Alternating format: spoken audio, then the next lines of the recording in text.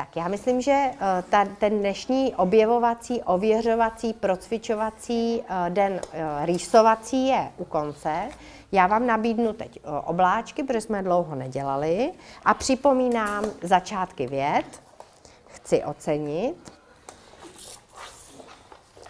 Nejsem si jistá pořád ještě, nejste si jistý, jistá. Dneska mě něco překvapilo.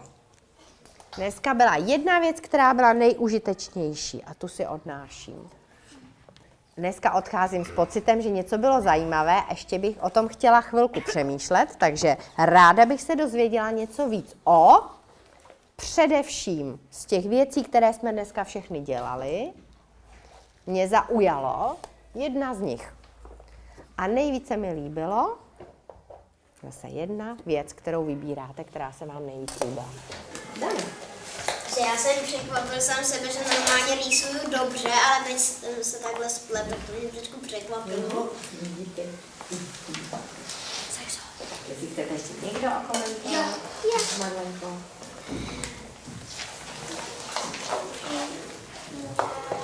Především mě zaujalo, jak jsme dělali co se nepatří, jak vlastně tam nepatřili trojuhelník a že vlastně nemá uhlopříčky a že musí být středně a co. Děkuji. Tak jo, předávajte si děti slovo, ať nemusí na vás vyvolat. Mě překvapilo, že jsem to vzala, že moc zaokrouhlovat neumím a to myslím, že mi to docela jde. Elinko, předej slovo, prosím.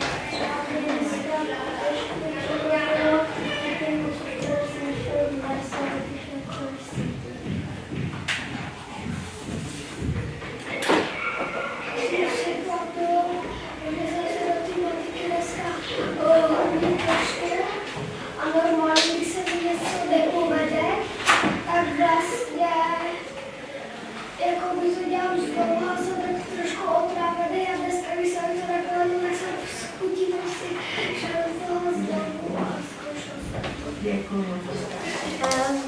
Mě překvapilo, že vlastně jenom stačilo změnit o nějaký čáry síť a hned jsme narýsovali trojnák. Já jsem dneska měla těch překvapení hodně. Za prvé mě teda taky překvapilo, že některé ty tvary nejdou do té čtvercové sítě. A za další, vlastně jsem si uvědomila, že je pro mě v tuhle chvíli těžké vědět, kolik, jak získat ten tvar tak, aby byl opravdu, aby mi opravdu všechny strany stejně dlouhé. Marlenko, ty to chceš uzavřít? Že já chci ocenit tebe, že jsi to včera večer dělala co jsem nepatří. Děkuji ti.